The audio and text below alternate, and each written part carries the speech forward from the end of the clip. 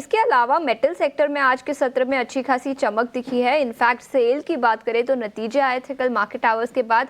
नतीजे तो ठीक ठाक थे, लेकिन उसके बाद आज मैनेजमेंट की कमेंट्री निकल कर आई, जहां पर उनका मानना है कि डेट कम हुई है, डिमांड एनवायरनमेंट काफ़ी अच्छी है और पिछले 6 महीने में स्टॉक 20% तक करेक्ट हो चुका है, जिसके बाद वैल्यूएशन भी अट्रैक्टिव नजर आ रहे हैं, जिसके चलते 4 से 4.5% की तेजी सेल में दिखी है।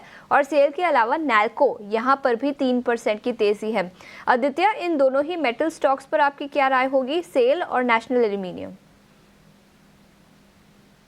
बिल्कुल। देखिए, डिस्क्लेमर से चालू करूंगा। आज ही हमने मेटल स्टॉक्स में बाय के ट्रेड सजेस्ट किए थे इंट्राडे में, और वहां पे मुनाफा वसूली भी करी। वापस आते हैं अपने व्यू पे। मुझे लगता है कि मेटल सेक्टर काफी अच्छा दिखता है। अभी सपोर्ट लेवल पे काफी सारे स्टॉक्स आ चुके हैं मेटल के काउंटर्स। और अगर निफ्टी मेटल इंडेक्स की भी बात करें तो आज शानदार रिकवरी। मॉर्निंग में सबसे बड़ा आउट परफॉर्मर मेटल सेक्टर था। तो अभी निफ्टी मेटल इंडेक्स 8230 पे ट्रेड कर रहा है। अनटिल अनलेस 8000 के ऊपर ट्रेड करता है तो यहाँ पे न्यूट्रल टू बुलिश स्टैंस बनाया जा सकता है।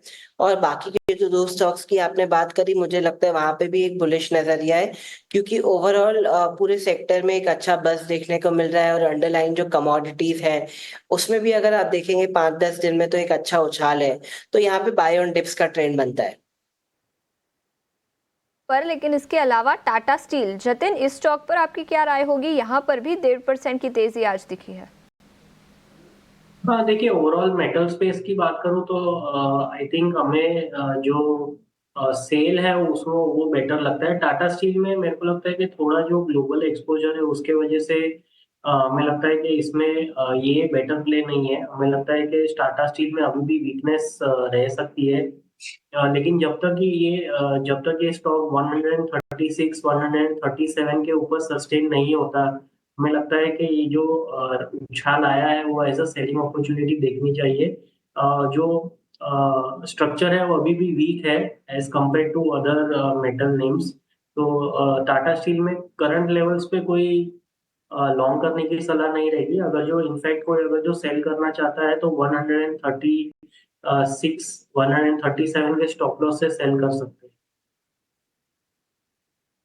लेवल्स पर खरीदारी की राय तो है नहीं। सेल साइड 136 के लेवल्स अगर दिख जाएं तो एक बार निकलने के बारे में इस स्टॉक में सोचना चाहिए। टाटा स्टील ऑलमोस्ट 1.5% के गेंस इस वक्त 132 के स्तर पर ट्रेड करता हुआ। हमारे फंडामेंटल एक्सपर्ट भी हमारे साथ जुड़ गए हैं। बाजार के जाने माने दिग्गज मार्केट एक्सपर्ट हिमांग जानी हमारे साथ है।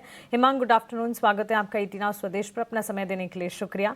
मार्केट के सेंटिमेंट्स ऑफकोर्स पिछले 5 ट्रेडिंग सेशन से वीकर सेंटिमेंट्स बनते दिखे, लेकिन आज बाजार संभले। सेकेंड हाफ में हमने देखा कि एक रिकवरी भी अटेम्प्ट की मार्केट ने, और इस वक्त अगेन वॉलेटाइल ट्रेड्स ही हैं। ऑन अ फंडामेंटल नोट, बाजार के इस सिनेरियो को किस तरह से for short term for long term आप देखते हैं? Good afternoon and thanks for having me. So clearly sentiment तो वीक है, और जिस तरह से हमने मार्केट में वीकनेस देखी है जैन मंथ में, फेब में भी अगर आप देखें तो सेल फ्लोज बिल्कुल कंटिन्यूड है।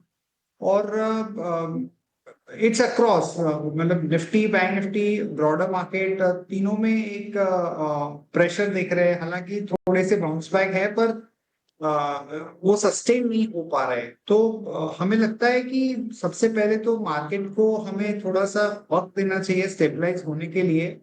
हालांकि सबको ये होता है कि एग्जैक्ट बॉटम कहाँ पे बनेगा वो पॉइंट आउट कर पाए, but rather than trying to preempt, अगर हम मार्केट को स्टेबलाइज होने दें और उसके बाद उसमें कौन से स्टॉक्स में, कौन से सेक्टर्स में, कौन सी थीम्स में अच्छा एक अपॉर्चुनिटी बन सकता है उसको रिव्यू करें, तो वो शायद बेहतर स्ट्रेटेजी होगी। अगर आपका थोड़ा सा 6 to 12 मंथ्स का टाइम फ्रेम है और होल्डिंग कैपेसिटी है, तो लेवल से मुझे ये बिल्कुल अट्रैक्टिव लग रहा है, क्योंकि चाहे वो निफ्टी हो चाहे ब्रॉडर मार्केट हो, काफी स्टॉक्स डीप करेक्शन दे चुके हैं। तो डेफिनेटली उसमें एक निवेश का मौका ढूंढना चाहिए। बट शॉर्ट टर्म में वॉलेटिलिटी के कारण और सेलिंग के कारण मैं समझता हूँ कि थोड़ा सा उसको वक्त देना चाहिए।